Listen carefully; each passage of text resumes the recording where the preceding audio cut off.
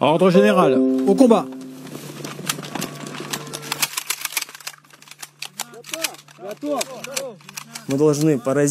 On doit toucher chacune des 3 cibles 2 fois, puis remplacer le chargeur.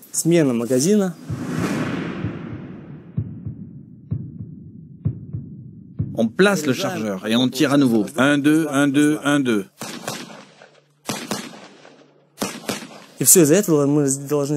On a 14 secondes pour tout faire. Il faut toucher la zone alpha. C'est ici. On peut rater que 2 fois, sinon c'est fini.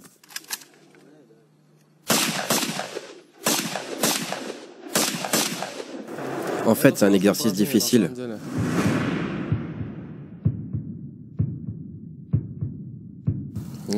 Si on s'arrête une seconde, c'est fini. On ne peut pas réussir. Au combat.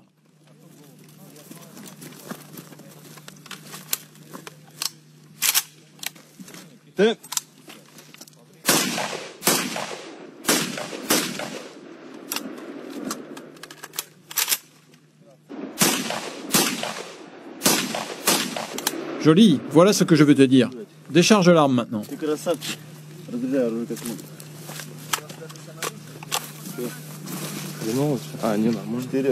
4 fois alpha, bon boulot. J'ai réussi? Oui, tu es un cauchemar pour les terroristes.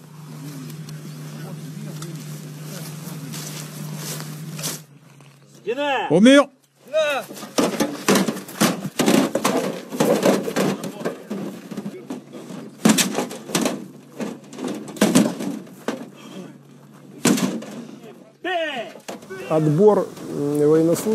Pour être admis à l'épreuve, les candidats doivent passer par une sélection comportant plusieurs étapes. Évidemment, cet homme doit faire preuve d'une attitude impeccable. De plus, il doit avoir une bonne mémoire. Il doit être capable de réfléchir vite dans une situation compliquée.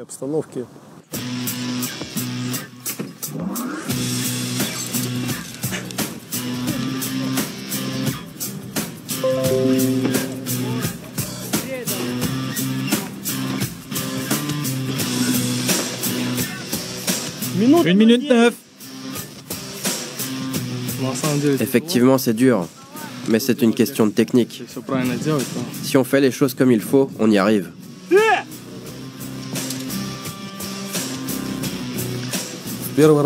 La première fois, j'étais bien préparé aussi.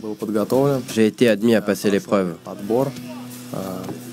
J'ai passé toutes les étapes sans la moindre pénalité et j'ai réussi la marche forcée. Je suis arrivé à l'immeuble et là, j'ai perdu une grenade qui est tombée du 3e étage. Elle s'est décrochée, je ne sais pas comment, peut-être à cause de la corde. En tout cas, l'épreuve était terminée pour moi. C'est simplement un manque de chance. Quand ils ne réussissent pas du premier ou du deuxième coup, ça les motive encore plus. C'est comme une drogue.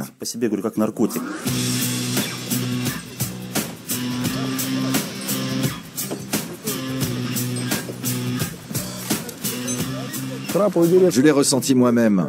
Le béret pourpre, qu'est-ce que c'est? Un accessoire visible. Mais à un certain niveau, un soldat ou un jeune officier peut y voir un but en soi. Pourtant, toutes ces épreuves ne sont pas organisées pour que les soldats ou les officiers aient belle allure, mais uniquement pour améliorer leurs capacités.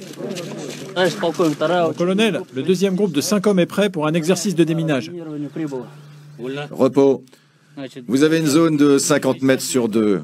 Dans cette zone, il y a 2 mines antipersonnelles et une bombe artisanale.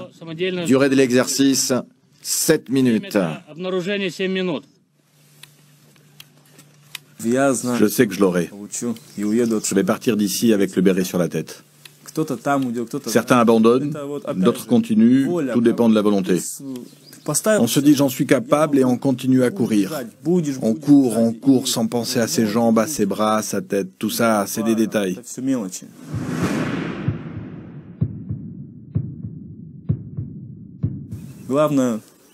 Ce qui compte, c'est de finir la course. On voit l'objectif final.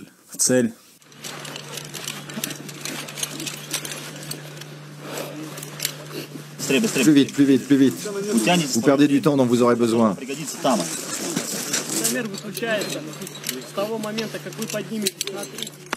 Redresse-toi. Ça va? Oui. Resserre par là. J'ai confiance en lui, c'est moi qui l'ai préparé. Il va réussir l'épreuve théorique et les épreuves pratiques. Surtout, c'est un excellent sportif. Je pense que la marche forcée ne lui posera pas de problème. J'ai confiance en lui. Prêt? Allez!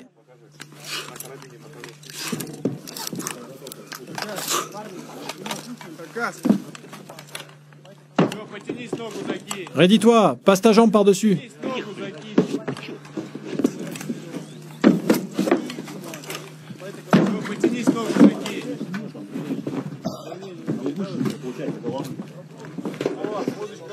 « 2 minutes 10, exercice satisfaisant.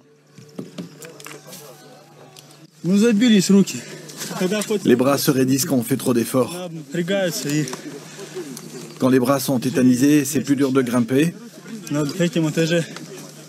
Au deuxième, j'étais un peu cramé. Ça arrive, hein, c'est rien.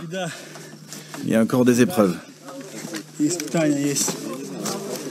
Celle-ci n'est pas la plus importante.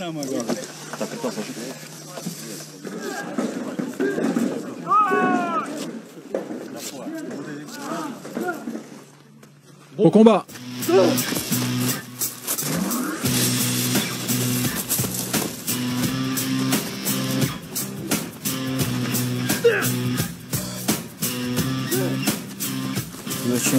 Pourquoi j'ai décidé de passer cette épreuve? En fait, je ne vois pas l'intérêt de faire partie des forces spéciales si on n'a pas le béret pourpre. Le béret pourpre, c'est le symbole du Spetsnaz.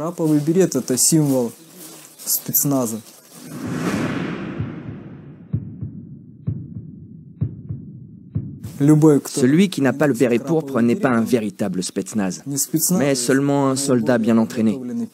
Je le dirais comme ça. La première fois, j'ai échoué à l'épreuve de marche forcée. Peut-être que j'avais trop le trac. C'est le circuit de montagne que je n'ai pas réussi à finir. Allez, tu es plus fort que tu ne le penses. Fonce! À un moment d'apitoiement, j'ai cru que je n'avais plus de force. Tu es le dernier, bouge-toi!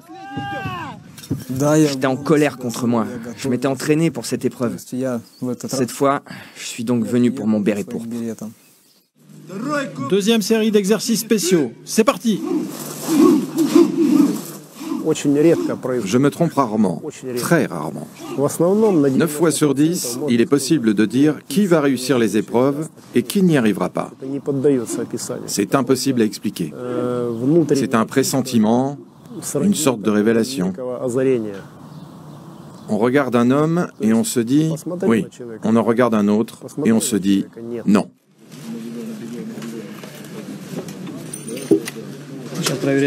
On est en train de peser les gilets pare-balles qu'on portera lors de la marche. Il ne doit pas peser moins de 10 kilos. Après, c'est mon tour.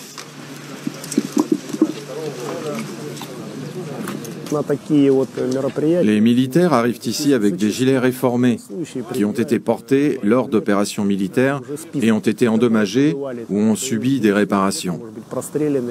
Par exemple, quand le gilet est déchiré, des pièces peuvent tomber. On les remplace après. Il y a aussi différents types de gilets. Nous les pesons et du coup, les conditions sont les mêmes pour tous.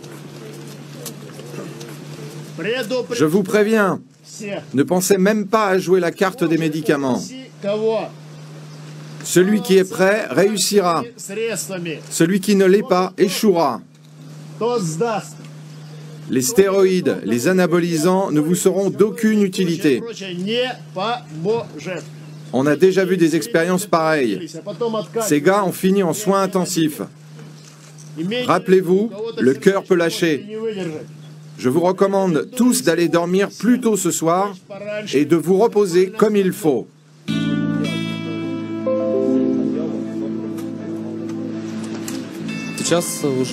C'est déconseillé de s'entraîner maintenant. Il vaut mieux se reposer et se concentrer sur le lendemain. Et demain? Demain, on attaque.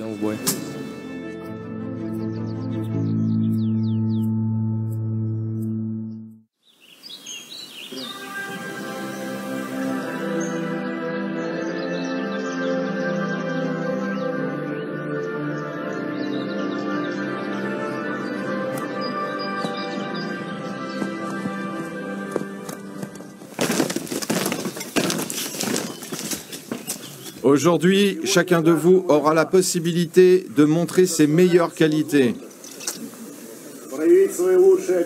Ses qualités d'homme, ses qualités du spetsnaz.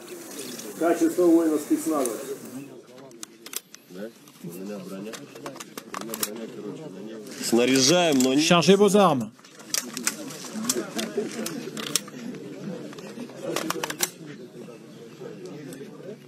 Qui êtes-vous? Spetsnaz! J'ai pas entendu. Qui êtes-vous? Spetsnaz! Spetsnaz! Oui! Spetsnaz! Oui! Spetsnaz! Oui! Au pas de course!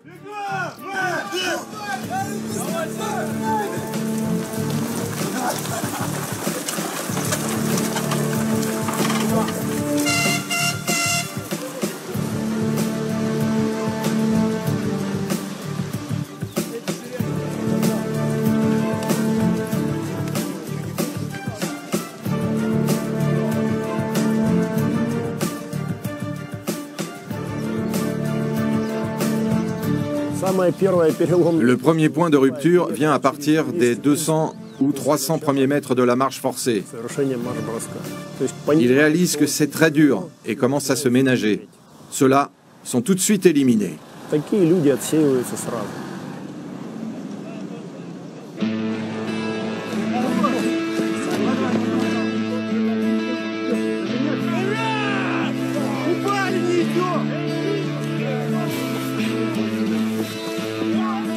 Debout! Allez, allez!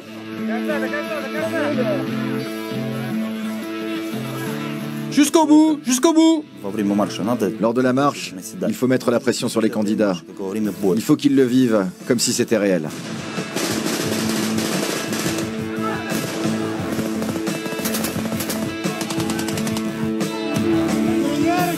Pourquoi vous marchez? Faites attention à votre arme!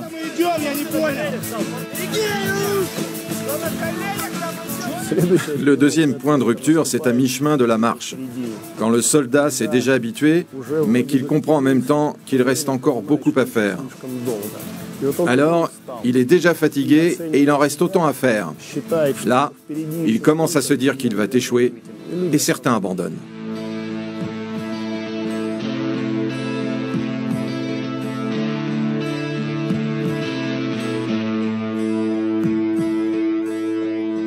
Je ne suis pas déçu. Celui qui ne perd pas ne gagne jamais. Et si on perd parce qu'on abandonne, on sera toujours nul.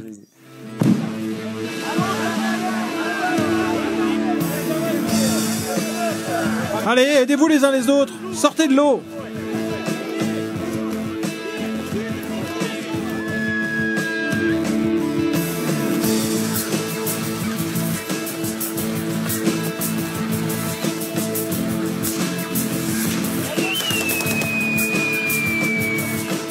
Alignement, formez des colonnes. Pas de route, marche. Une fois que c'est fait, on n'a pas envie de refaire l'exercice. C'est très dur. Mais l'année suivante, on court avec les nouveaux pour les aider. On leur crie « Je n'ai pas de gilet, pas de casque, pas d'armes. Tu veux faire pareil? Réussis le test !»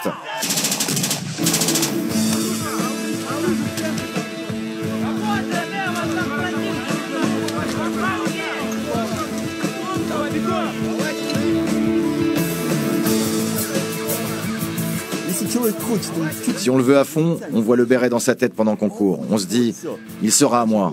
C'était pareil pour moi. Tu le veux? Oui, je le veux. Alors cours. J'étais même prêt à l'arracher avec mes dents. Donne-le-moi, je le veux. Cours, cours, continue, tu y es presque. Vas-y, cours, debout. Le troisième point de rupture, c'est quand la fin approche. Il ne reste plus que 500 mètres, parfois même 300 mètres à courir. Le soldat est vraiment épuisé. Il est à la limite de la perte de connaissance. Et c'est à ce moment que beaucoup, non seulement abandonnent, mais aussi s'évanouissent. Vas-y, cours, debout. Tiens bon, sinon tu seras éliminé. Tiens ton arme différemment, vas-y. Tiens bon.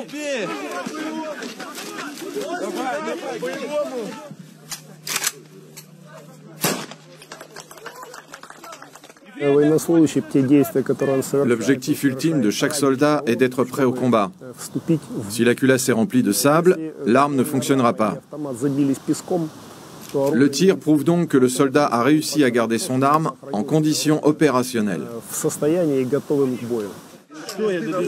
Moi, sergent Tokitchev, 15e groupe. Fidèle au Spetsnaz.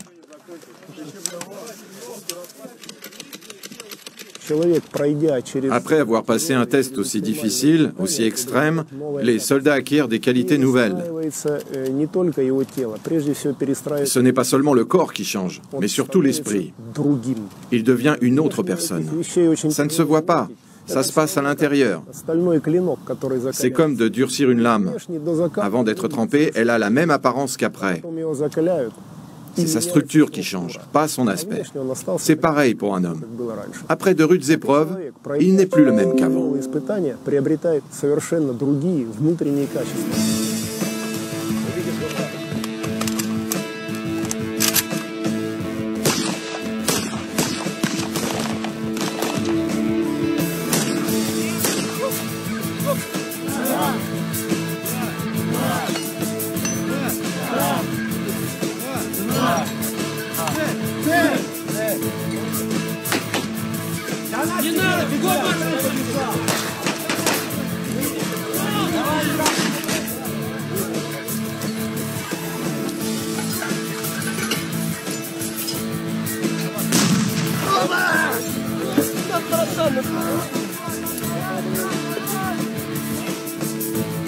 Tout ira bien.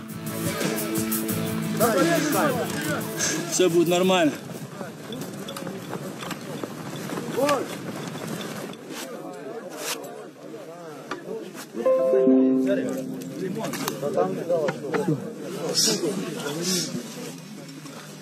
Même le citron n'a pas un goût acide. Quelqu'un a dû croire un jour que le fait de manger un citron pouvait faire du bien. En vérité, ce n'est pas le citron lui-même qui fait du bien. Mais si ça permet d'avoir la bonne attitude, tant mieux. Ce citron, on peut tout simplement l'imaginer. Et imaginer qu'on le mange. Ça fera le même effet. C'est très dur. J'avais une cartouche coincée quand j'étais en haut de l'immeuble. J'ai essayé de régler le problème, mais je me suis labouré la main.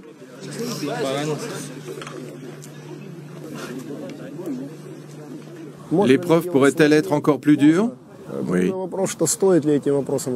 Mais la question est de savoir si c'est nécessaire ou non de faire passer des épreuves aussi longues. On essaie de faire en sorte que nos militaires survivent et sortent des épreuves non pas handicapés avec des blessures graves, mais comme des hommes capables d'accomplir les missions qui leur sont confiées. Oui, on a eu plusieurs fois des morts, même lors de ces épreuves.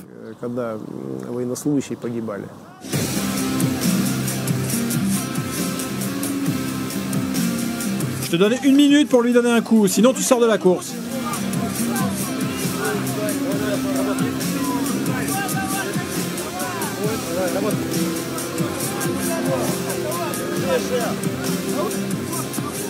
Aucun combat ne dure 12 minutes. Si un combattant n'arrive pas à toucher son adversaire dès les premières secondes, au fond, c'est que ce n'est pas un combattant. Ici, il s'agit d'un combat d'entraînement. Nous sommes attentifs à la volonté du candidat, à sa capacité à se concentrer en tenant compte du fait qu'il est épuisé.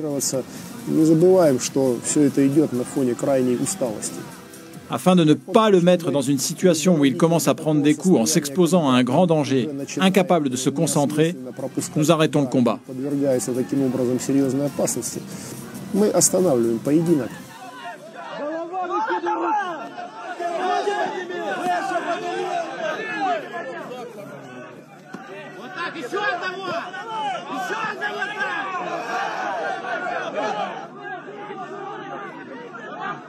Je vais continuer. C'est fini, tu es éliminé. Non, personne ne m'a éliminé. Non, non, non. Si, c'est fini. Mais non, je suis pas sorti, je vais continuer. Reste allongé, c'est fini. C'est tout, calme-toi.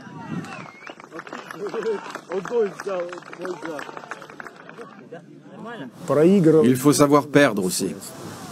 On observe leurs réactions et il se peut que certains ne soient pas admis à l'étape suivante. Ça concerne ceux qui ont un comportement inapproprié. C'est déjà arrivé. Certains nous critiquent. Ils disent « Vous les massacrez ». On ne les massacre pas. On vérifie si l'homme est capable de rester concentré dans des situations extrêmes comme celle-ci. C'est fait, bien joué.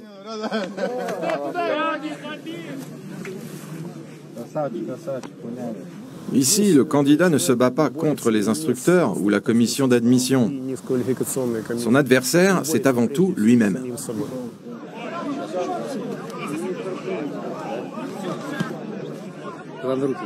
Surtout ne baisse pas tes bras et tout ira bien. Il est pareil que toi. C'est juste que tu es un peu fatigué et lui non. Sinon vous êtes pareil. Il a 2 bras et 2 jambes.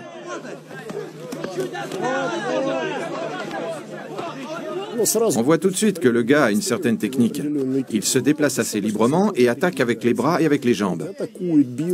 Il est prêt. Ça se voit que c'est dur pour lui. Très dur. Et regardez bien l'instructeur. Il n'essaie pas de le massacrer. Il essaie d'entrer dans son jeu. Il laisse au candidat la possibilité de lui donner un coup.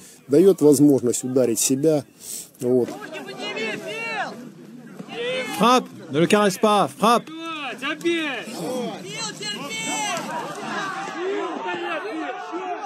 Arrêtez, bien joué, bien joué.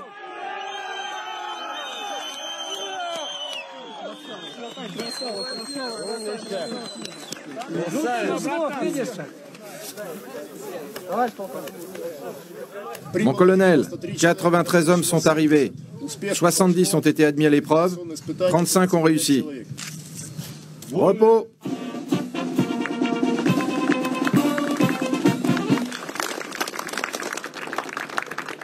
Prenez votre béret pourpre.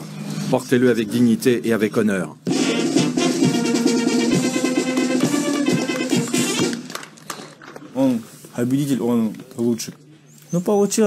C'est comme ça. C'est pas grave, la vie continue. Tout ira bien. Je sers la Fédération russe et le Spetsnaz.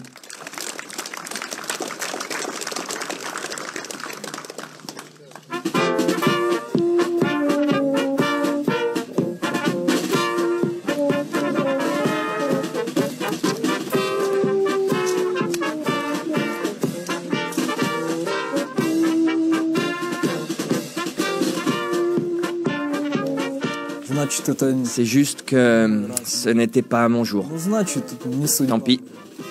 On va gérer, tout ira bien.